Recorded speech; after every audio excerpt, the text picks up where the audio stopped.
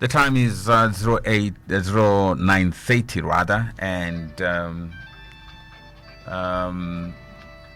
we go straight into our next program. It is a special program, and of course we have our guest who will be talking to via phone, and of course we'll be opening the phone lines for you to get in touch with us and interact with us on our topical issue this beautiful morning. We have Madam Tabitha Lilongwe, Programs Officer, People's Action for Accountability and Good Governance in Zambia, PAAGZ. Good morning to you, Madam, and welcome.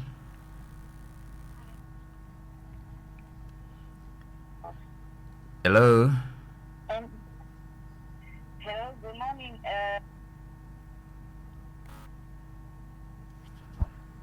All right.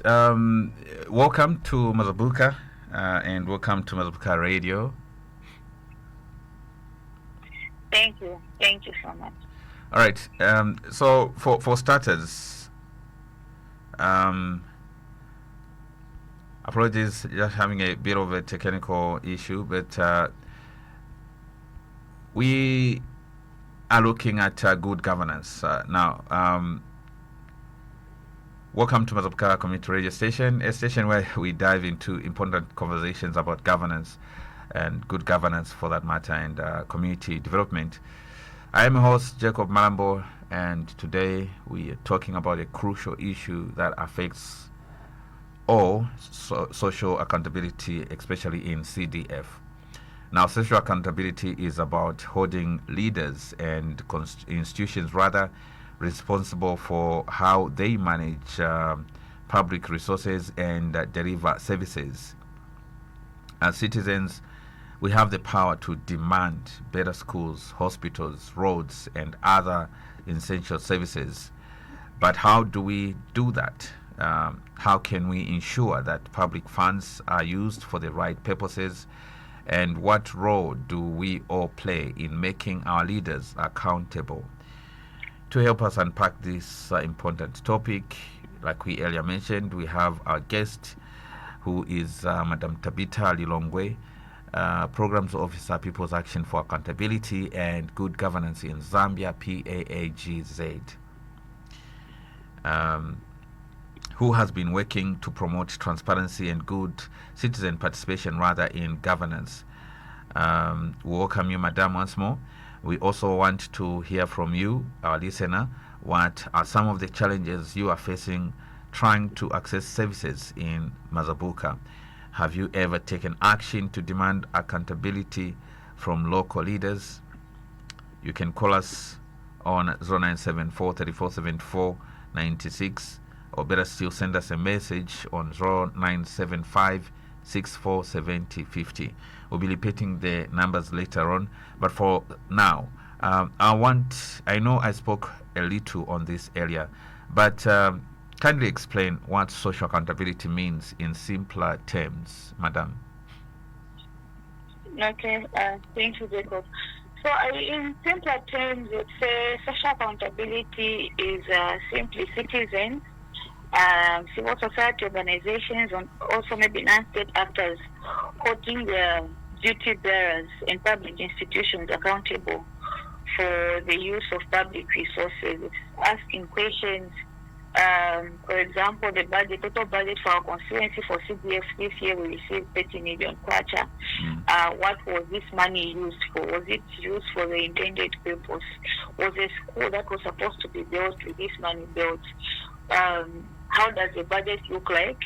What was spent? So it's asking questions, making sure that public institutions are held accountable for how public money, because public money is our money, it belongs to everyone. It belongs to the citizens of the country. So it's ensuring that your money, our funds are utilized for the intended purpose and they're not taken into private pockets. I think in simpler terms, that's what social accountability refers to. But also another important aspect to it is that the duty bearers of the public institutions have an obligation to respond to these questions, to give answers when the citizens ask, where is our money? What happened with this project? This project was supposed to be completed 2 years ago. The funds were released. The duty bearers of the public institution in charge is supposed to give answers or to respond to these questions. They have an obligation to give those answers. So that's what social accountability encompasses. You spoke about public resources. Maybe someone might be lost. What are public resources? So public resources, I would give an example of we have mineral wealth. We have minerals in Zambia, and so we get revenue from the mines that we have. I think it's tax revenue in this instance. So we get revenue because that revenue is coming from a public resource, a natural resource that occurs to Zambia naturally. It belongs to us. As long as you're a citizen of Zambia, you're a Zambian, you live on this land, those resources that occur naturally to this land, you're supposed to benefit from them. And so from the mines, you are benefiting through the tax revenue that we get, which ZRA gets. And so this money is obviously the taxes.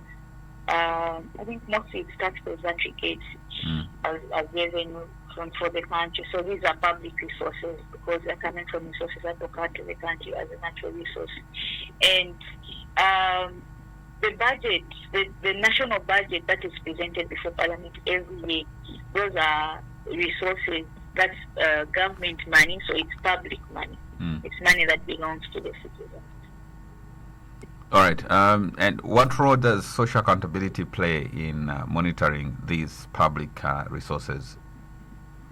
So as we monitor these public resources, we are ensuring that there's transparency.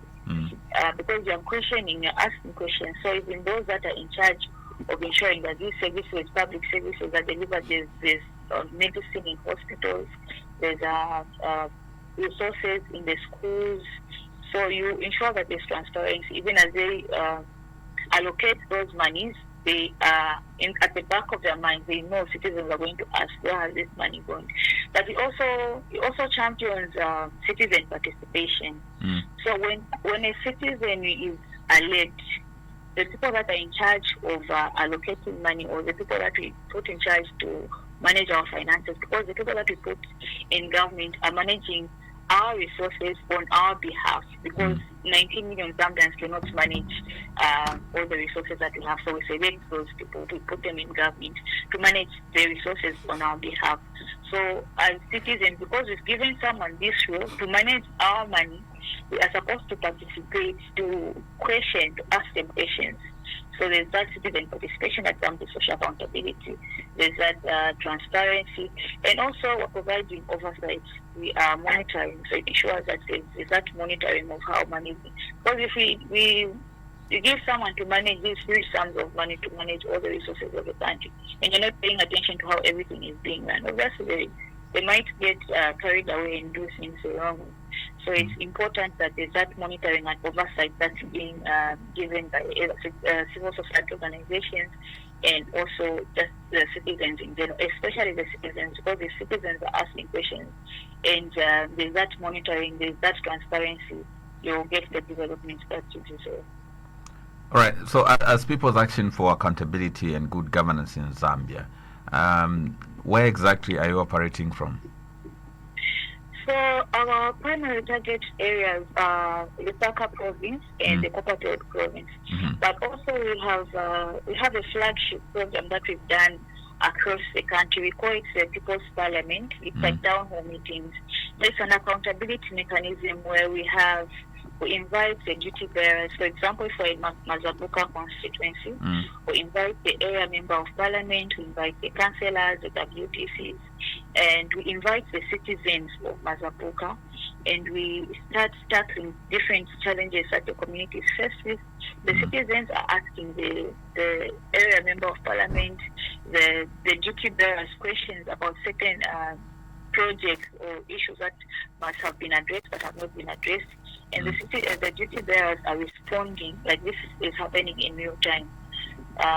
It's one of our flagship programs that we've been doing in different constituencies. I think we've done we've gone to all the 10 provinces of the country since we started it in 2021. But primarily, most of our initiatives are on the Copper Belt and in Lusaka, different districts. All right. So, how has the program been, and has it helped? Yes, it has. I think we've had, because at the end of the program, we come up with social contracts and recommendations that we submit to the relevant duty bearers. So it has helped in a way that it has provided this platform, because it's not every day that community members get to have a sit down with their duty bearers in one space. So it provides that platform for citizen and duty bearer engagement. But also the duty bearers themselves get to have that time, because sometimes it's not every time that they have such interactions where it mostly happens during campaigns where the duty bearers are telling the citizens what they're going to do for them. But this time around, when you have People's Parliament, it's the citizens that are asking the duty bearers, saying, you promised you were going to do this, there's this project that's happening around this area, but it hasn't happened. What is happening now? So that's very important civic engagement. All right. Is there a connection? You spoke about elections, but is there a connection between the election cycle and social accountability?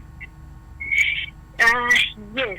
So social accountability happens throughout, from say 2021 to 2025. So it's happening throughout. You're asking questions when the leaders are in power, after they get out of power. But there's also what is called democratic accountability. So after the social accountability process has been going on for the past maybe 5 years, you've been asking questions, you've been monitoring, you've been giving oversight. Democratic accountability is now we go to the ballot. So you say, during this 5-year period, we notice what you've been doing, this is how you worked. So you either say, we like how you work, we want you to continue. So you vote them back. Or you say, no, the promises that you were supposed to do, you did not deliver on those promises. But also when we were monitoring how you were working, when we were asking questions, you weren't giving us answers. We didn't like how this turned out. We didn't like it. So you vote them out. That's democratic accountability. So in Zambia's instance, it happens every 5 years. Okay. So yeah. All right. Why is social accountability important for communities like Mazabuka? We had one, but of course that was just on selected projects. But why is it important for communities like Mazabuka? So for communities like Mazabuka, I think it improves public service delivery. So because it ensures that resources are being used effectively. So, and also it strengthens citizen empowerment. And it also promotes good governance. So you have a reduction in corruption and inefficiency, public service inefficiency. Where citizens see an issue, they report it or they call out a specific public institution, you get to a point where there's a reduction in corruption. But this has to happen consistently also. It's not like a once-off thing where you see it today and then you give up, but it has to be like a continuous process. So you have improved public service delivery.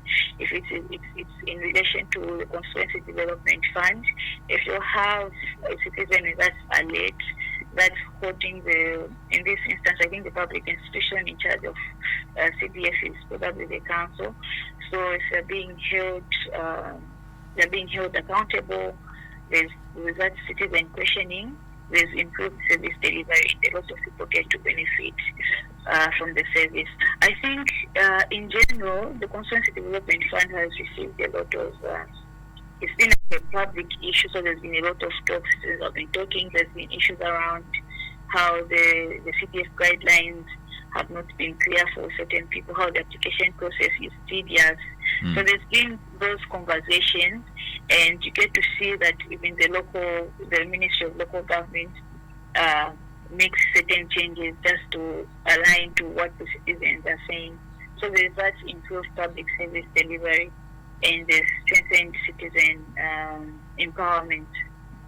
All right. What are some of the examples that you can give of social accountability in action? Social accountability in action. So in 2021, I hope I am not getting the year wrong. There was a time when there was this purchase of the fire tenders. There were those fire tenders that were bought at an exorbitant price. The Alliance for Community Action, ACA, and other organizations and citizens inclusive also spoke out about how that issue, how the fire tenders were bought at an exorbitant price. There was suspected issues of corruption and mismanagement of those funds. So it was like a very big issue. So there was conversations around it. I know there was a lot of fact checking by the Alliance for Community Action. They reached out to, I think it's the Zambia Public Procurement Authority, if I'm not getting that right, wrong. But there was a lot of conversations around it. Citizens were enlightened. There's a lot of conversations. There's a lot of public, social accountability going on actually, and mostly it's led by civil society organizations.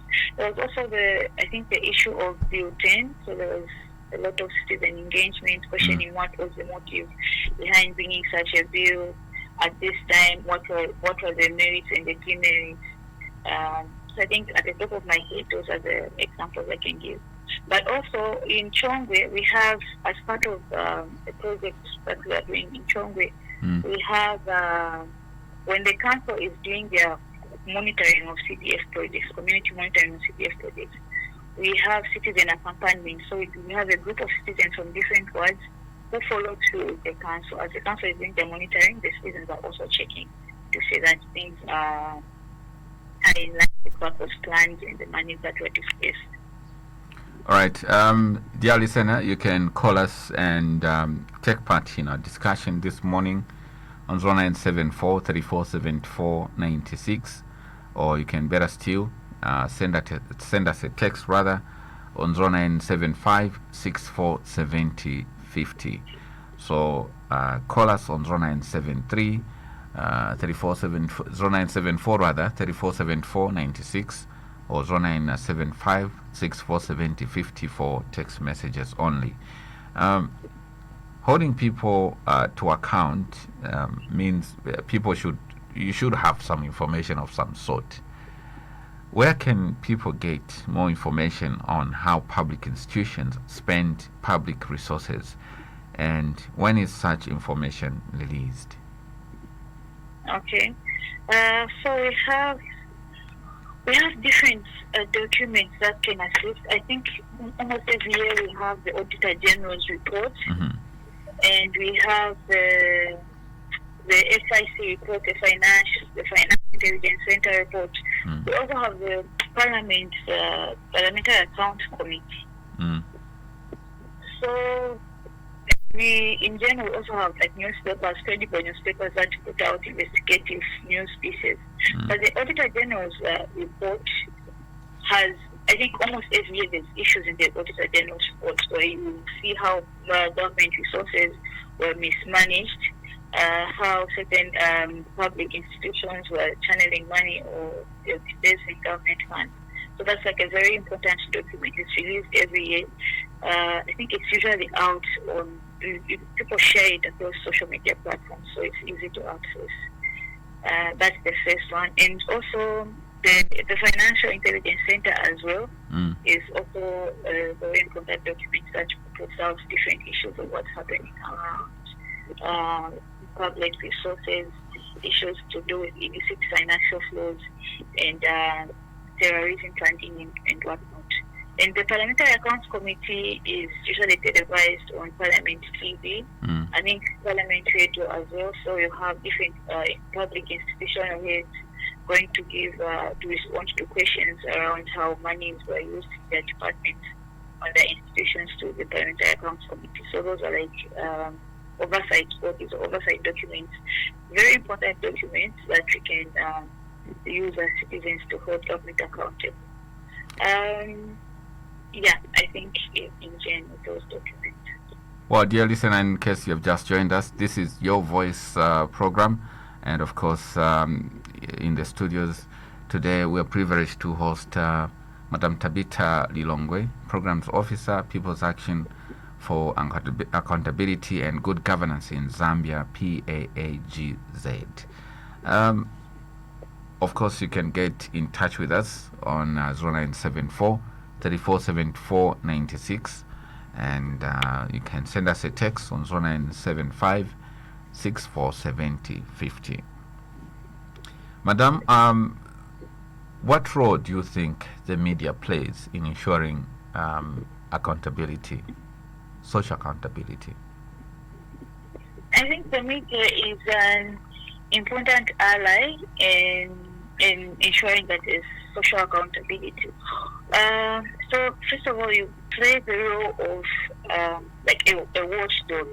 So I think even when I mentioned in places where citizens can get information around how government money is managed, you get to with important or credible news media houses that will put out different news stories, different issues. So, for example, the Auditor General's report, not every citizen will read it from page to page, but media houses play that role of breaking it down for citizens to understand what exactly is happening.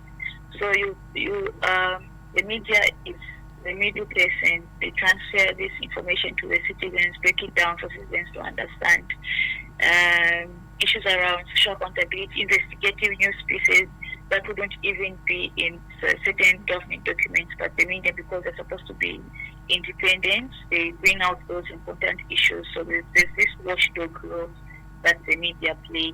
It's a very important ally to both civil society and citizens, as they are holding the public institutions, government accountable. All right, and where can people, what challenges prevent citizens from actively participating in social accountability? I think for most people, there's a fear of intimidation. There's that fear of intimidation, and maybe they might not have access to certain services if they speak out. They might be deemed political. There's that fear if I'm speaking out against this public institution, they'll say I belong to a certain political party. And so there's that fear to not, and mostly I think that's the misconception that's around, because people, public resources, there's that link. I think there's a failure to differentiate that from politics. So citizens, certain people wouldn't want to involve themselves in politics, so that would mean they wouldn't want to speak on public resource issues, social accountability issues, because they don't want to get involved in politics. So they would rather just let it be because it's a political issue. But this is a citizen issue. This is an accountability issue. They don't have, for example, they don't have medicine in a government hospital. That has nothing to do with the political party. That's a citizen issue. And there's issues to do with intimidation. I think this previously used to happen. So people wouldn't want to feel intimidated. They might be harassed.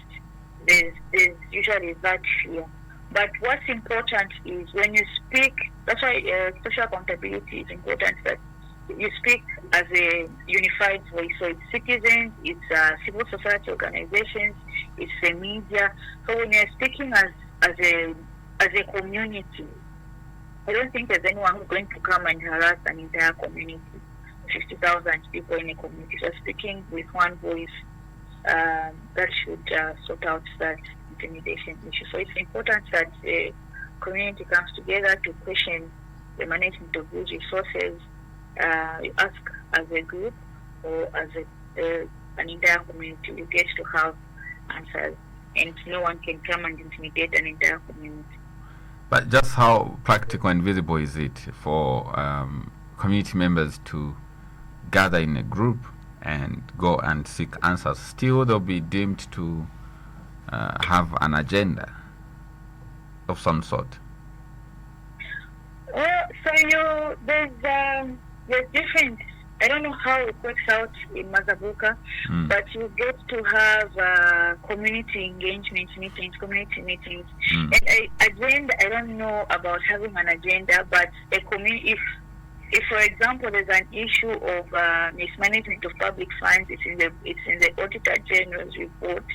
It's carried out in the media, and the money that has been misused was supposed to buy, for example, was supposed to fix the maternity ward at Mazabuka Hospital. That's a very important community issue. And if the citizens come together to demand for answers for that issue, no one should even call it an agenda. It's a human rights issue.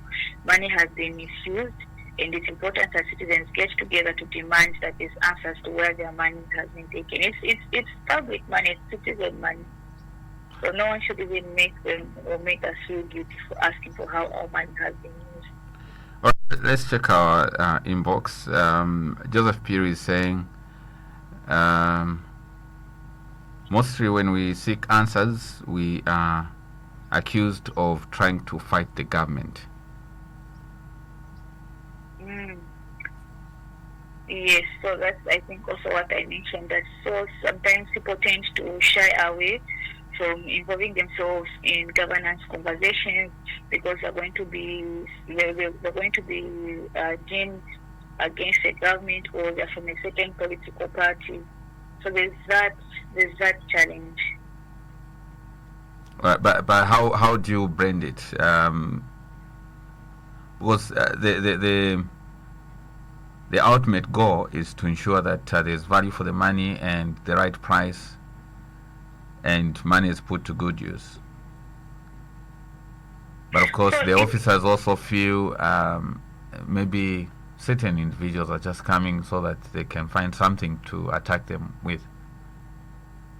No, so what's important also is having evidence, documented evidence. If you know there's an issue here, there's foul play, there's mismanagement, there's lack of accountability on a certain area, and you have the documents to prove it, the documents will speak for you. So I don't think, or maybe it might take some time before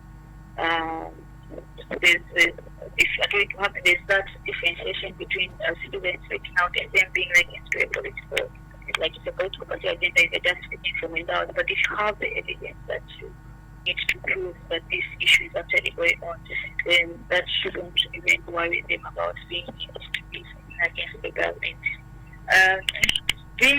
Holding government accountable actually helps government to run affairs of the country, because they're able to see where they're not doing right, where they're going wrong. So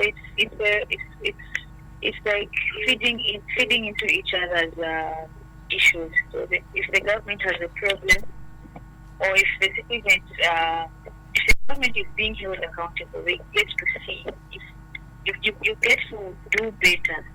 So you have this transparency.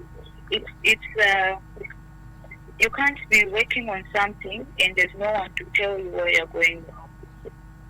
So you obviously think you're doing the right thing. All right. How's the program working in Chongwe? You spoke about Chongwe. How's the program, the social accountability program, going on in Chongwe? And what issues have come out? So we've been doing it for a year, almost a year. Almost a year. And I think the citizens of Chongwe and the council, so we've had good political will from the side of the council. So they've been willing to partner with us, and we've done the project together with the council. So we've gone out in the communities, we've trained the WTCs, and we've also trained the community members. The issues that were coming out were obviously issues of maybe lack of proper information from the citizens' side. They weren't getting enough information from the council on how they're supposed to apply for CDF. When the names are out, why were we left out? Why were we, or if we applied for a 40,000 kwacha, why were we given a 20,000 kwacha?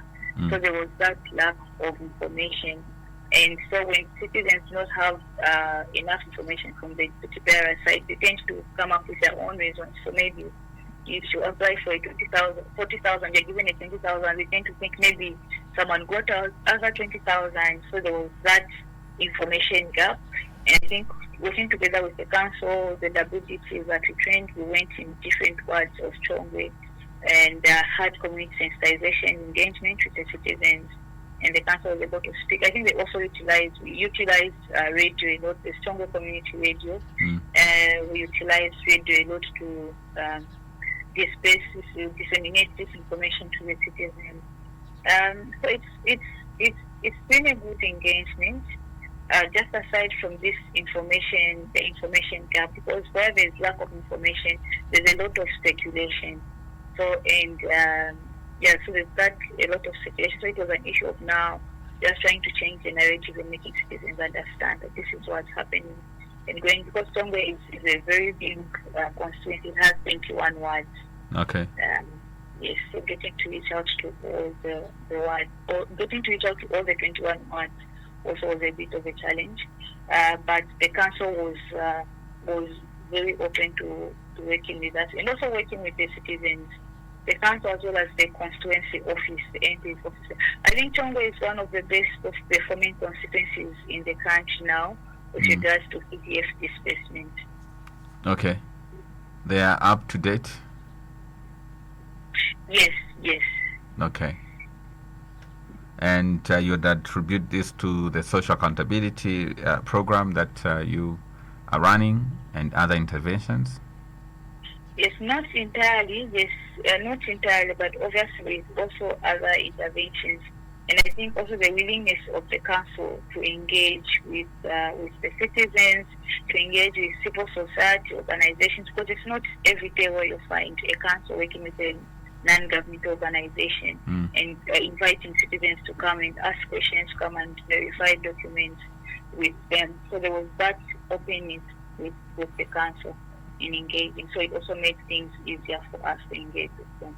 I think that's what also has led them to being one of the best performing councils with regards to CDF, because of that flexibility in how they conduct their work.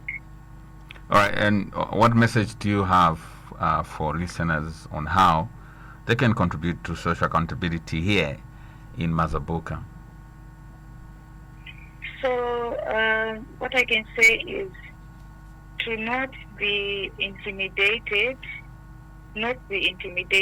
by people that would want to deem them political and whatnot. So to begin to ask questions. Right now we have social media. You can even put out a post on some respectfully. I think that's where also the challenge is. So it's putting out information respectfully, with documentation, with evidence. If there's an issue in your community, you can take pictures. So this is the road that was supposed to be done. I checked, this is how much is supposed to be spent, it wasn't done. Or this is a 3x4 block classroom that was built at this school, and this is how much money was spent, but it doesn't look okay.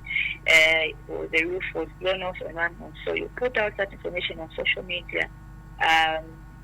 We tag the relevant authorities. You can even start, especially for young people, for the youth. So you put out such posts on your social media platform. You get to have that traction. You find that the leaders responsible even get to respond to it. But also you can even have physical meetings where you bring people together and have different conversations around different challenges in the community. So the first one would be to not be intimidated, because once you feel intimidated, once you have that fear, there's nothing you're going to do about it. You just sit back. So do not be scared. And because Mazabuka is your community and you value it and you want to see it develop, so it should be our duty and responsibility to ensure that the money that is sent to Mazabuka, the Constituency Development Fund, that is meant to develop the constituency, is utilized for the intended purpose. And so, as citizens of the community, we should monitor how that money is utilized and dispersed. All right. For the love of Mazabuka. For the love of Mazabuka, I love that. And of course, CDF now has been increased to 36.1. Yes, so that's for this year. Yes. That's a lot of monies that needs social accountability, because a lot needs to be seen to be happening. Definitely. And any plans of you maybe coming to Mazabuka and engaging with the Mazabuka community? We have our partner, the Alliance for Community Action, and we do almost, they are like our sister organization, so we do almost similar initiatives around social accountability. I think the only difference is for us, we use a lot of creative engagement, so we use a lot of art in our work. So we work with musicians, we work with poets to bring the information across. But so the Alliance for Community Action is working in Mazabuka. So it's more like you have us as long as you have them. You have them in Mazabuka. All right. Your concluding remarks in regards to social accountability? I would say when we are alert as citizens, when we are alert, we ask questions, we ask the right questions. We will face the development that we deserve. So don't sleep on, especially the CDF money. Don't sleep on it. Apply, even if you can apply, if you qualify, apply for CDF, get CDF. Monitor how the money is being utilized, and where issues need to be addressed, demand for questions, demand for answers, and get those answers. And today is Youth Day, so it's important for young people to participate in this social accountability monitoring, community monitoring. I think it's very, very important. Yeah, and of course that should be the message maybe to youths, because this fund mainly, the empowerment funds, is for youths and women. Yes, for youths and women, and I hope the youths and the women of Mazabuka are applying for the youth empowerment loans, the skills development. Because when you apply for skills development, if you want to do tailoring, you finish your course, then you apply for a loan. So there's a way it's structured. You get a skill, and then you apply for a loan. You start your own business. It's a very good initiative for the empowerment of communities, and I hope our young people will continue to take advantage of the availability of these funds for their community development, and also that's for personal development also. Maybe in conclusion, there are those that allege or that this fund is mainly for political affiliated individuals. No, I think that's a very big misconception. We've had it also in different constituencies in Lusaka. They only give people that are connected. It's not for people from any political party. CDF is for community constituency development. It doesn't matter what party a person belongs to. And if there's issues of people being not given CDF because they belong to a political party, then that's an issue that has to be addressed, because CDF is for the citizens in general. It's really not. It has nothing to do. But also, what you get to understand is from some of the communities we've been to in Lusaka, where we do our sensitization, and when you ask people if they've applied for CDF, they just give their relatives, and then you ask, have you applied? They say no. So, but you haven't applied, and you just conclude that it's given to people of a certain political party. So apply. If you're not given the funds in certain constituencies, the council will tell you you will put on the waiting list, and maybe your application will be considered in the next cycle. So, but you follow up.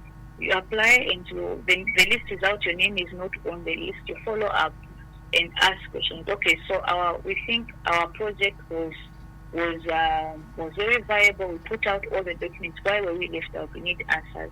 Sometimes people are left out maybe because they just did not attach an important document, or maybe there's just an issue with the application, but because people they weren't given, they just end up abandoning it and saying they just give their relatives, why we weren't given, because we made the application. But following up is also very important. All right. Because I think the councils receive numerous applications, thousands, so they can't give feedback to everyone at a time. But if you follow up on the application, I think you're able to get that feedback. Okay. I think that is where maybe the applicants miss it, because the applicants are quite many. Yeah. And obviously to be a huge task to respond to everyone that has not benefited. But when you push in a query, obviously that will prompt them to definitely answer you. Yes. All right. Thank you very much, Madam Lilongwe, for your time. Hoping to talk to you soon. Thank you very much, Jacob. All right, there you have it. That is People's Action for Accountability and Good Governance in Zambia, PAAGZ, Madam Tabita Lilongwe, Programs Officer. My name is Jacob Malambo. Stay tuned and join us as we bring more on CDF related matters right here on Your Community Voice. Stay tuned.